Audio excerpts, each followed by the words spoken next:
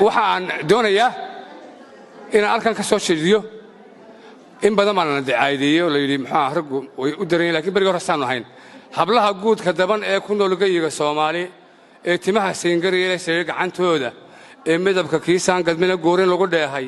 galad weeye ee boohiba guudka loo suray waxay dumarka ka gaar yihiin dunida guud jooga markay jiraan baa xishood lagu gardaadshaay dhaqankeena gaarka markay gabadhi weynaato taladeedu inay guursato kuma gamoorayne garasha u dheerad inay guri lahaataaye waxay guud halaalay xarago galaal calaysaaba qabli hadalka aan baran waxay gacan ku saydhaaba niman goosan karin iyo waxay gacor ka diidaaba sida gaana toora waxay ganab ka taagtaaba wuxuu galaal rag waxa uu gudo iyo gadaha uu yeesho waxay gacalo hooyada dhashay gaar u fahansiiso mid guleeg gankeedo wacan oo jooga gadaheeda guurkeeda doondoonayay oo guriyay raadkeeda iyadoo galool diiratay oo gali bannaan joogta oo geedi caws leeyahay iyo garar ka soo haysa oo maadna soo guratay u garab istaaga isagoo salaan gacanta fidin gaadha faraheeda intuu goysihu wado garabka uu saaray na waa ula galool oo manba guudka kaga yaalle geedkii kalgacalka ayaan hadeer kaaga soo guraye mid kale uma gooyeen hadday igu ganaaxaane gudoomu yiraahdaa aday gooni ku tahay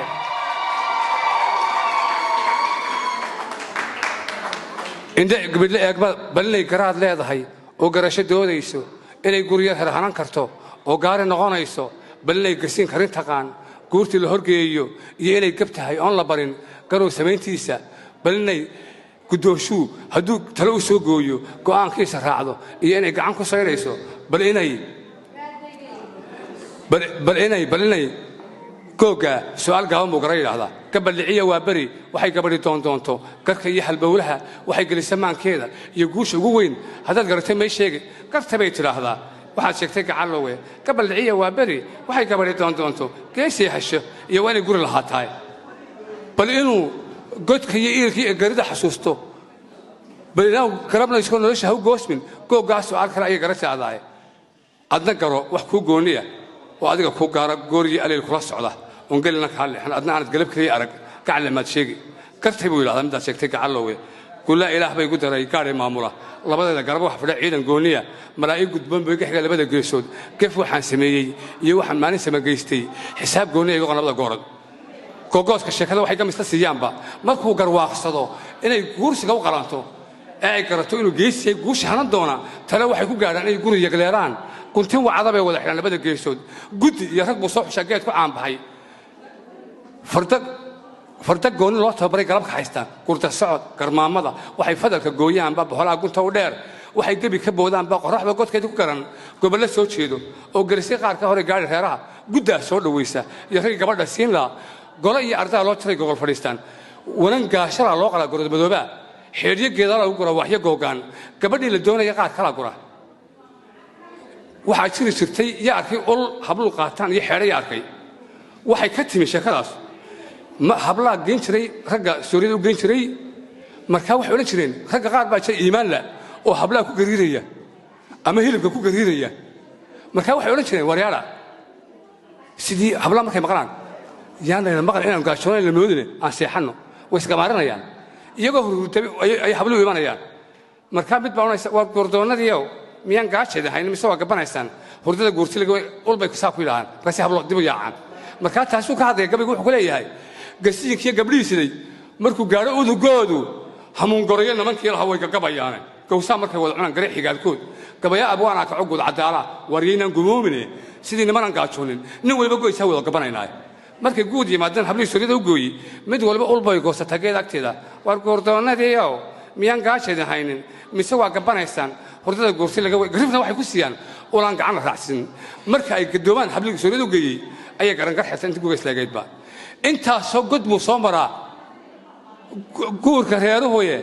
inta soo gudbu soo maraa guursigii hore hadii galinka hore la isbarto oo galabtii la istoono galbiskuna habeenkii dhaco oo la isla guri aado awal horeba guur mu ahayn gaabsina u dhowey awal horeba geel laga ma bixin gooyo iyo maale awal hore gidaar buu ka helay goob xun joogtadee hablahana gayaankood anan gooyo oranaynin garka in rag looga baxisho iyo goow hogogtaay hadba ki gudoonsha inay gursto wacan salaam alaykum warahmatullahi wabarakatuh isku dhiig isku dun isku diin aynu nahay isku luuqad isku deegaan inaga karaamo badan in badan waynu ognahay inay inaga karaamo badan way godob ma qabaan gabooyo godob ma qabaan wax ma dilaan wax ma dhacaan ma baacsadaan ma barakiciyaan ya oo xoogooda cuna oo dhididkooda ma dhexdaasoo haneetoosan sanqaroorkaaga dhuuban naftaanaan sasabaayeen Soomaalhaad gelinaayo halla suleeqaay aragaagu saddex bay ku qaaday hakagu salaanta talent kooda la arko oo kuwa yiraahda gabayata adu meesha kale xayiradan proofed inaad iga fiican tahay farshaxanimaynu ku tartamaynaa farsamaynu ku tartamaynaa aftahanimaynu ku tartamaynaa quruux baynu ku tartamaynaa proofed itusinaad iga fiican tahay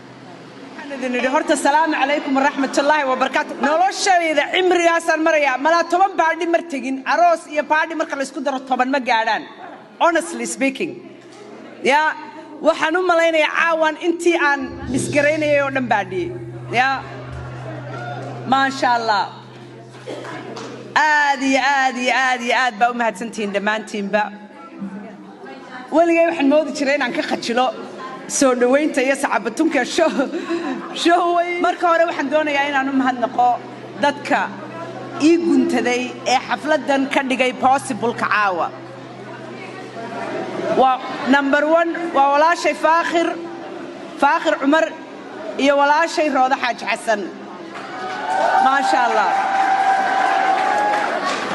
gabdhahaas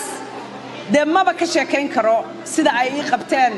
iyo sida ii galeen ma kama ba sheekayn karaba ma sha Allah hadeer baanu isbaranay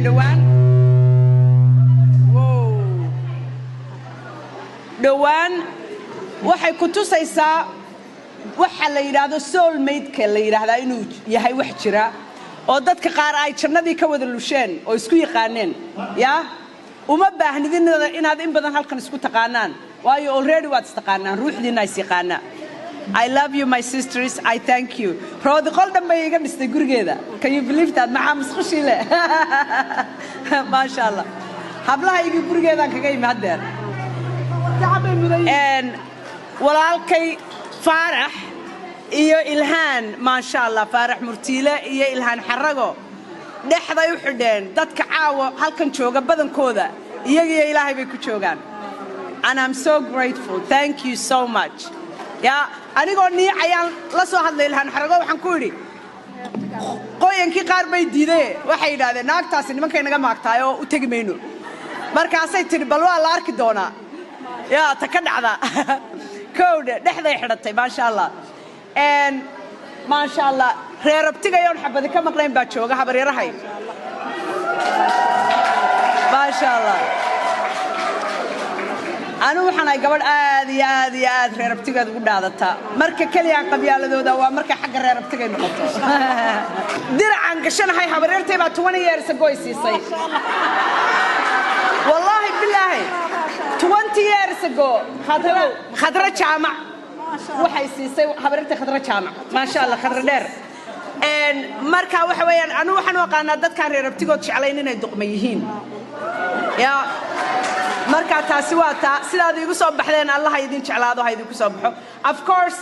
de tolna waa ka dhasho tolkeena waa jeclay walaalahay Soomaaliyeed oo dhan waa jeclay I love all of you yeah I love all my Somali brothers and sisters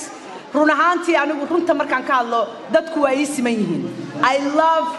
my Somali brothers and sisters every single one of them I can honestly say waxaan oran karaa in xididka qabyaalada nad qabiilku wuu nagu wada jiraayo dawaynu isku wada garanaa laakiin xididka qabyaalada inaan beer hore anu ka kaaftoomay oo ka xoroobay oo iska saaray and halka waxaan u mahad celinayaa wiil Xasan la yiraahdo walaalkay Xasan thank you so much Xasan for coming inama abtiyada ayaa jooga Abdi Waahid baa jooga wariyaha weyn and hodan online de fanaaniintii qaaliga ahayd ee dhan halkan joogtay ma aragtay meeday oh my god ciidi bay ka batende every single one of them waan idin mahad celinaya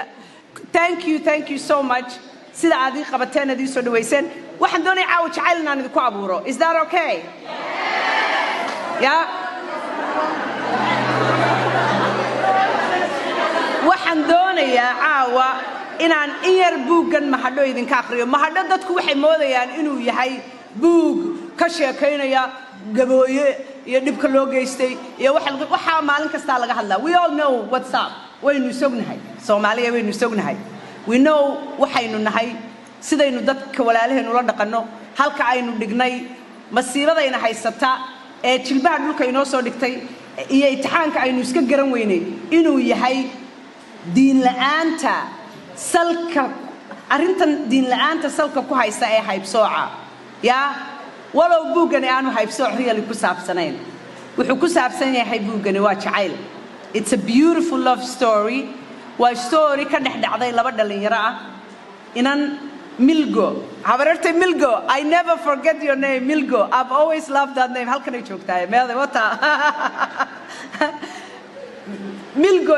magaceedu inspired Milgo it's a beautiful name Milgo iyo Bilal Milgo was 25 years old was beautiful Somali girl was high achiever was first generation American and maalmaha ka bida Microsoft bay u shaqeysaa qayb dhan bay lead garaysaa oo technology-ga waliba and invisible robots bahalaha la yiraahdo ayay mas'uul ka tahay inay create garayso to save humanity maalmaha ka mida ayay habeen bay baxday aroos bay tagtay she was running a little late in yar Ingiriisidii waa isku daray raaligaada Soomaali kulay waa Ingiriisi baad taqaan way soo gashay inan bay aragtay waaqacdan ku arkaan isqoonsadaya bal qabso waaban ku qandhanaya halkaas laga raacay Milgo the most beautiful man she has ever seen ayay aragtay and inankii bay raadisay yeah the new generation Google baan haysanaa markiiba magaciisii way soo ogaatay qofku iyo bila way raadisayo adigu waxay soo ogaatay inuu yahay half Somali half African American hooyadii waa biracial gabadh cadaan iyo madow iska dhal ah and he's the only child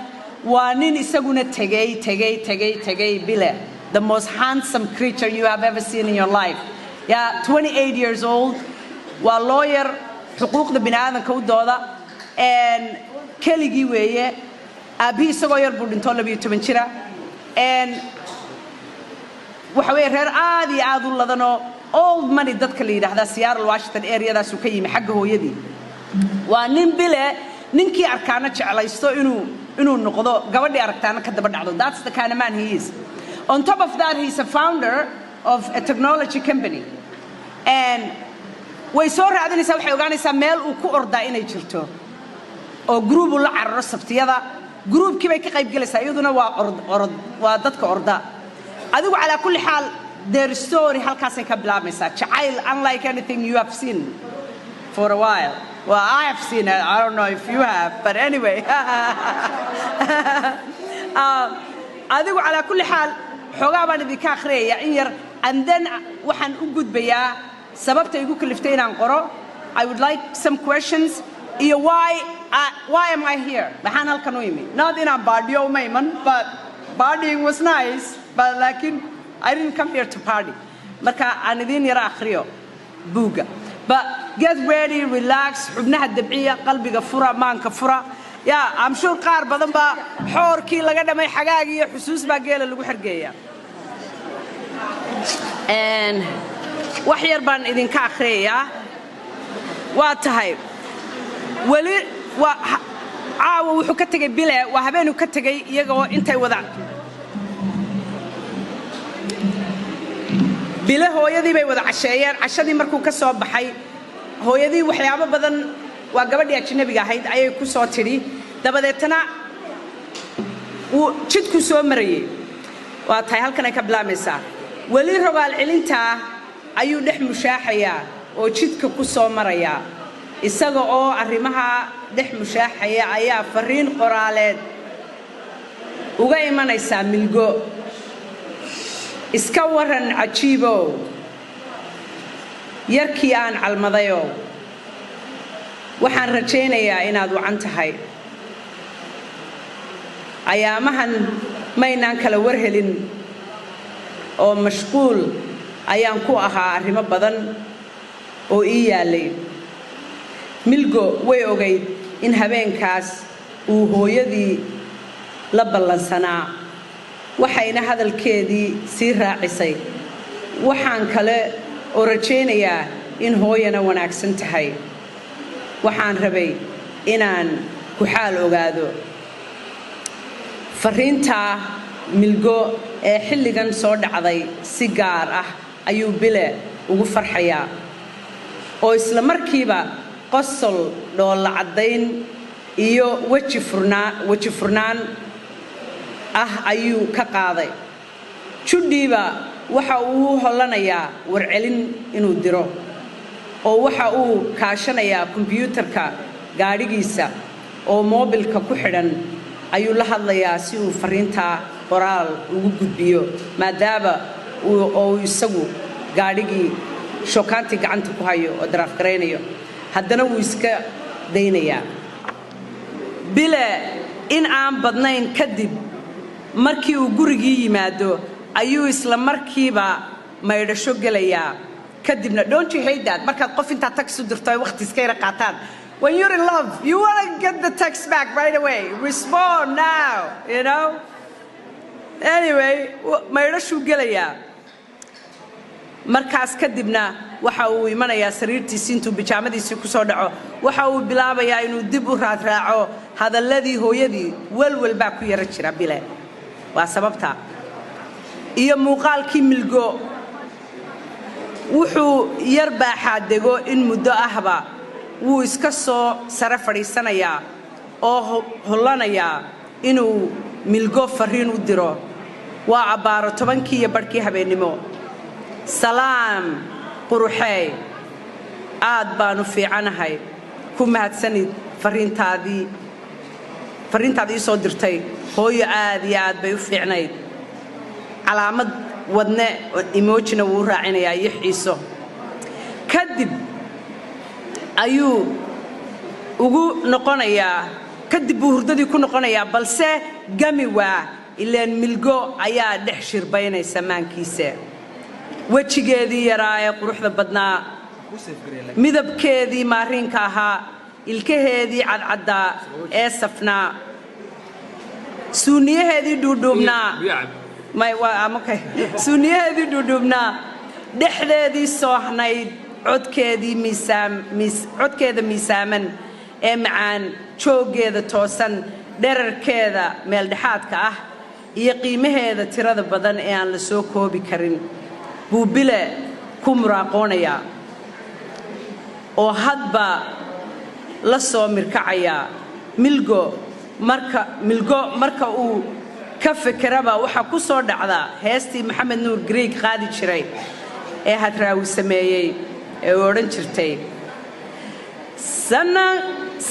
sansaankaagi iyo jooha sarajoogi iyo tooska dhexda soo haneetoosan sanqaroorkaaga dhuuban naftaanaan sasabaye in somalhaad gelinayo halla suleekhaaya raggaagu saddex bay ku qaadaay haka goyni salaanta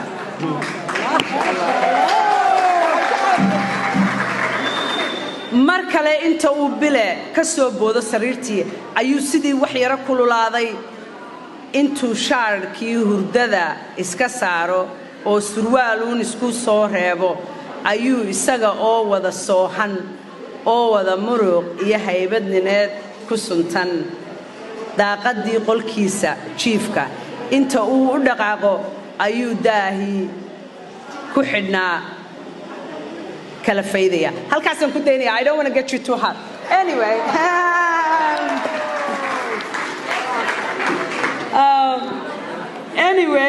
على كل حال واتهاي I think intaas ayna gaga filan mahadho waad haysataan buuggii fadlan akhriista bustihiina hoosta kala gala koob shaaha hadda doontaan balcony-giina yar u qaata reer Britain balcony yar baa leedihiin ya akhriya it's waa laga maarmaan in akhridaan meel bahalka iskaga tuurnay akhriya wagart waxa weeyaan qalbigu aad u xadantaynaya and wax badan ku sii dheeraan maayo buuggan markii aan layga soo casumay magaaladii Hargeysa buug feerkii ayaan dhalinyaro gabooyaa la kulmay oo ii yeedhay oo igu yidhi waxaanu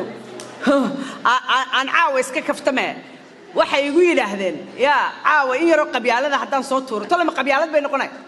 waxay igu yidhaahdeen un baan ii sheegaya anigu yaa wax dhalinyaradaas way ii yeedheen waxay yidhaahdeen there is something about HJ marka ma garanayn HJ waxay tahay HJ anyone knows HJ waxay tahay habar jeclo markii hore waan garan waayo waxaan ku yidhi no ma aqaano anyway waxay yidhaahdeen annagu haddaanu nahay beesha gabooye ee waqooyi degan weliba inta qofee noo hadlayba HJ un bay ahaayeen habar jeclay ahaayeen waa hadraawi waa yuusuf shaacir iyo anigu bay gabdhay magacaabeen kulley aan su xamiray anyway waxay kaloo ii sheegeen masha Allah waxay kaloo ii sheegeen in company isaguna scholarship badan bixiyay oo halka jooga oo HJ leedahay intaas waa kaftan laakiin waa sida igu yiraahdeen anyway ala kulli xaal dhalinyarada waxaan ku soo ballanay xaafadii bay geeyeen awalba aniga hindisahayga iyo himiladaydu waxay ahayd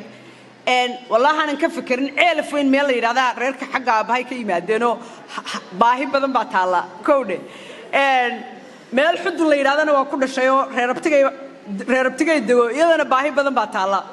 wallahi bilaa laakiin inaanan ka fikirin habeen iyo maalintoona anoo milyaneer noqdo ma sheegin ilaahayna waxba kuma aha laakiin dadka kaliya aan ku tashaday inaan wax u qabto waa dhalinyarada gabooye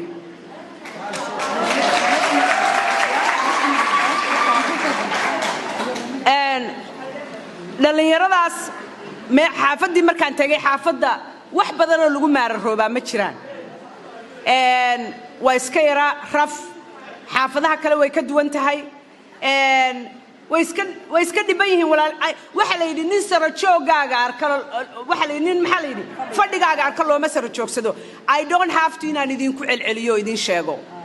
I don't have to waad ogtihiin dadku marka wadamadan aynu nimo waxaynu ognahay marka dadka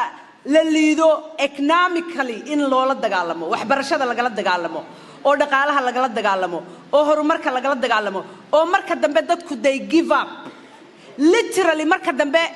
haddii lagu xumeeyo xataa waxa suurtagal ah inaad xumaato aad isu haysanba inaad your worth waxbaba inaad tahay markii gruubadii halkan ka ololeynayay arrintii barqadiyo ku jiray baanu ahayn weydikii ogaa inta dhalinyaro wallahi billahi tallahi ila soo hadashay igu tiri because of you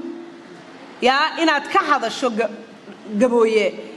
wallahi billahi tallahi waxaan isbedelay oo dhulkii jooga waxaan iska bedelay dabeecadii aan rumaysnaay ahayd qof gabooye ma guursan kartid wiil iyo gabadh ku doonaha ahaade waxaan kala qaar baa igu yiri dhalinyaro waxaanu ka guurnay deegaanadii aanu deganay si aanu Hargeysa u tagno oo barqad ugu food garayno waynaga garanaynaa the power of people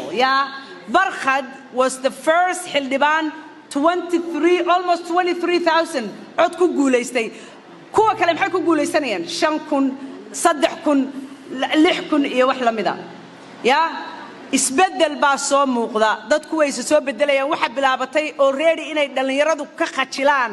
markuu qof kale ku yiraahdo waa waxaan u yiraahdo inay yiraahdaan waar isla yaab awalna de waa la iska qosli jiray ma garatay waxaan idin sheegayaa kuweena dibadaha jooga in xil dheeraadii ina saaran yahay waayo waxaynu nimi wadamo aan diin iyo diir midna ina la wadaagin ee kaliya ina la wadaaga bini'aadanimo dhashi xaawiya aadan bayna oo inoo damqaday albaabadoodu inoo furay ina soo dhaweeyay nabad iyo nolol ina siiyay inaguna our own walaalaheen isku dhiig isku dun isku diin aynu nahay isku luuqad isku deegaan inaga karaamo badan in badan oo aynu ognahay inay inaga karaamo badan waayo godob ma qabaan gabooye godob ma qabaan wax ma dilaan wax ma dhacaan ma baacsadaan ma barakiciyaan oo xoogooda cuna oo dhididkooda maala ayaa haddeer shaqooyinkii yaryaraabaa loogu tegay ee lagu caayi jiray waxaan tumaalka bir bay tumaan waxaan ay baxayaan kabay tolaan qaar beri hore 5 sano ka hor dhalinyaro ay la socod jirtay habar yar iyo eedo ma la hadashado shaqooyinka la idinku garnay iska daay oo maxay isaga daynayaan waa xoogoodii waa muruqmaale wadamadan aan joogno waxa weeyaan qofka gacmihiisa isticmaala farsamo yaqaanka ahay dadka kale wax badan buu dheer yahay oo waaba taajiriin anyway ala kulli xaal anigu waxaan doonayaa in badan baan raadiyay dhalinyaro gabooya oo jaaliyad gabooya oo waan waay dadku inta ilaa maalintan yaraa waxaan arkay waan maqli jiray xamxamtaan maqli jiray waa gabooya waa reer hebel dadkani ma lama arkaan baa xagee meeye waan raadin jiray anigoo yar hadda wallahi waxaan jiray anigoo yar baan fikir jiray dadkani waa maqashaaye meeye qofkaasi waa gabooya la yiri oo maaye maxaa loo la yiri muu noqdo sida dadkan kale laabta u tumanayaan waa dad la dhibay oo la duleeyay oo la ciilay oo dabadeetana dhuuntay wadankan ka yimi madowgu way dhuuman jireen waxay ku dhuuman jireen marka hadday cadaan iyo madow iska dhalayihiin cadaannimaday ku dhuuman jireen waa sidii oo kale anigu goolkaygu waxa weeye inaan dhalinyarada gabooye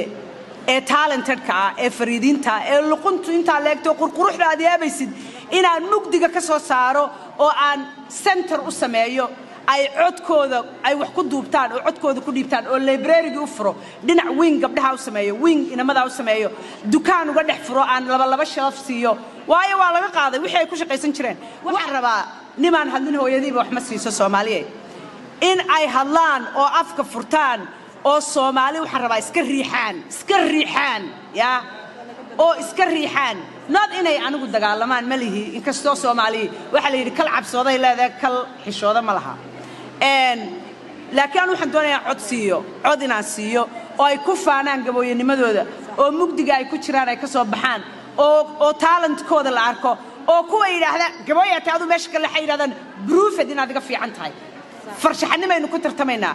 farsamaynu ku tartamaynaa aftahanimaynu ku tartamaynaa qurux baynu ku tartamaynaa proofed itusinaad iga fiican tahay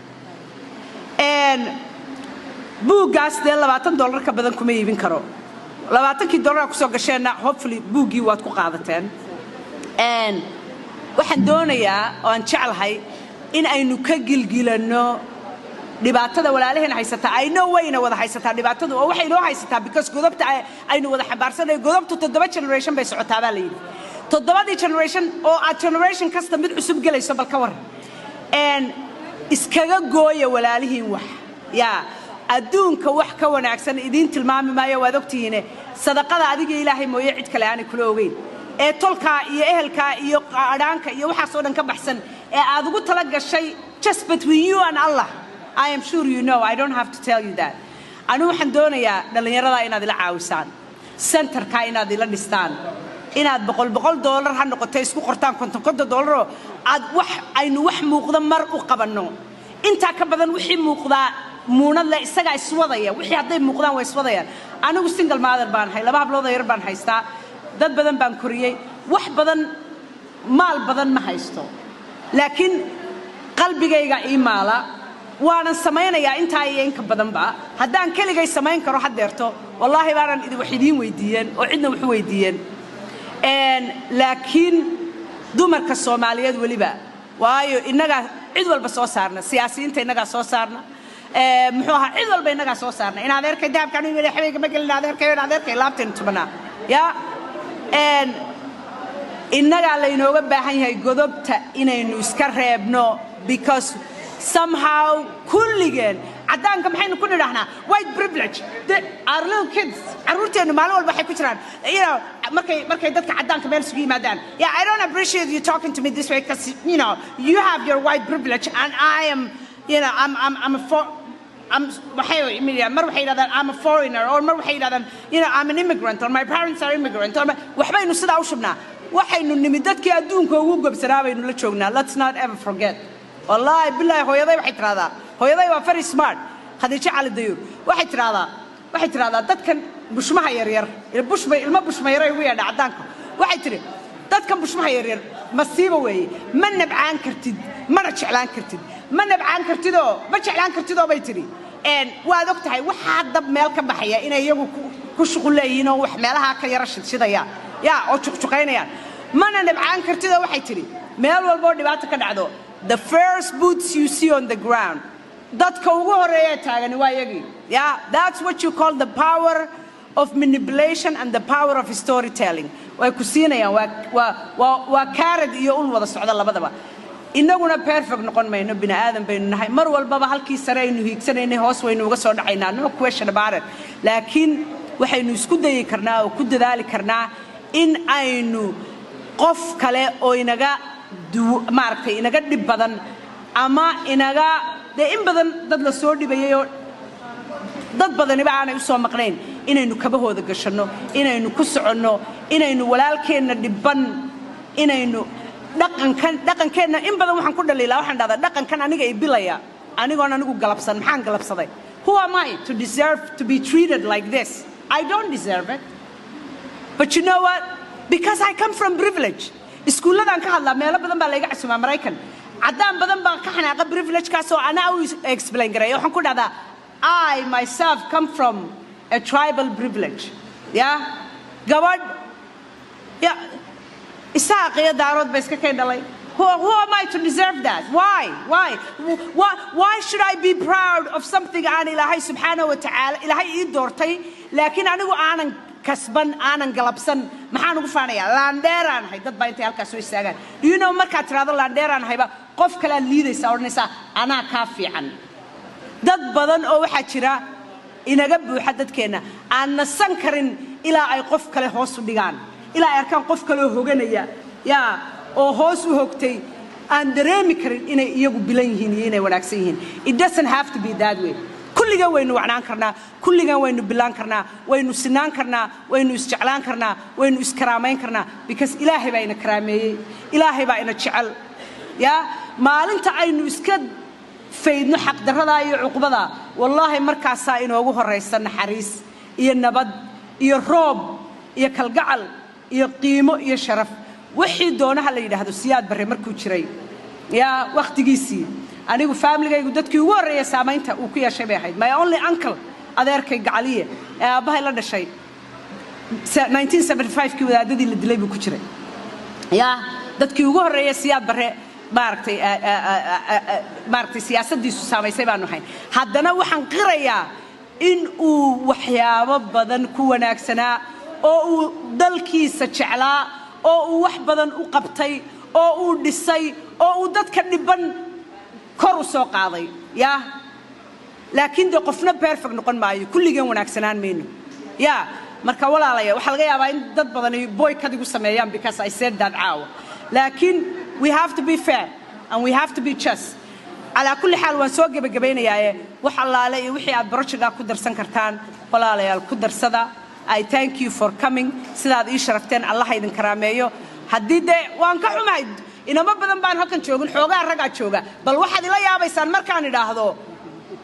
in yar oo raga jirta in yar oo raga in yar ya baaw halka waxaynu aragnaa ya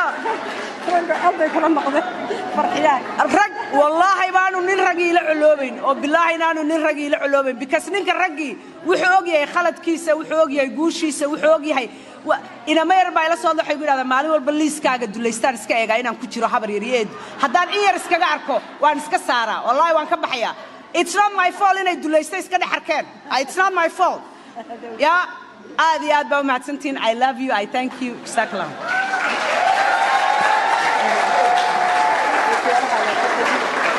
Thank you.